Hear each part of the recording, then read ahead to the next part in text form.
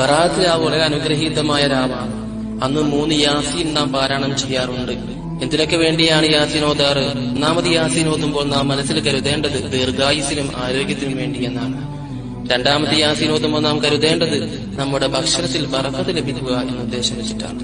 മൂന്നാമത് യാസീൻ ഓതേണ്ടത് മരണനേരത്ത് ഈമാൻ ലഭിക്കുക എന്ന ഉദ്ദേശം വെച്ചിട്ടാണ് ഓതേണ്ടത്. അതിനുശേഷം സൂറത്ത് ദുഹാൻ പാരായണം ചെയ്യണം. സൂറത്ത് ദുഹാൻ പാരായണം ചെയ്യുന്നവർക്ക് വേണ്ടി 70,000 മലക്കുകൾ പാപമോചനത്തിനായി ദുആ ചെയ്യുമെന്ന് അള്ളാഹുവിന്റെ ഹബീബ് സല്ലല്ലാഹു അലൈഹി വസല്ലം തങ്ങൾ പഠിപ്പിക്കുന്നുണ്ട്. എന്നാൽ ഈ ബറാഅത്തിന്റെ രാവിൽ അള്ളാഹുവിന്റെ കാരുണ്യത്തിന്റെ നോട്ടം ലഭിക്കാത്ത ചില ആളുകളുണ്ട്. ആരൊക്കെയാണവർ?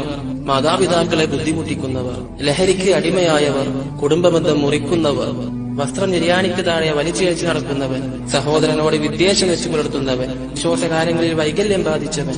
ഇവർക്കൊന്നും ബറാഅത്ത് രാവിലെ അള്ളാഹുവിന്റെ കാരുണ്യത്തിന്റെ നോട്ടം ലഭിക്കുകയില്ല എന്ന് ഇന്നേവരെ കള്ളം പറഞ്ഞിട്ടില്ലാത്ത ലോകത്തിന്റെ നേതാവ് ആദരവായ റസൂലുള്ളാഹി സ്വല്ലല്ലാഹു അലൈഹി വസല്ലം തങ്ങൾ നമ്മെ പഠിപ്പിക്കുകയാണ്.